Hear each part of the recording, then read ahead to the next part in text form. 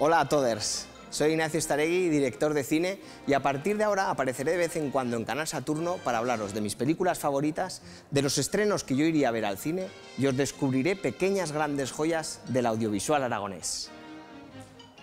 La película de la que os vengo a hablar hoy es Impacto, de Brian De Palma, con una música y una fotografía extraordinarias. Protagonizada por Nancy Allen y John Travolta, que en la película interpreta a un técnico de sonido que durante su trabajo descubre el asesinato de un senador de Estados Unidos. Una película muy similar a La conversación de Coppola y a Blow Up de Antonioni, todas ellas inspiradas en Las babas del diablo, un relato breve de Julio Cortázar. Espero que os guste.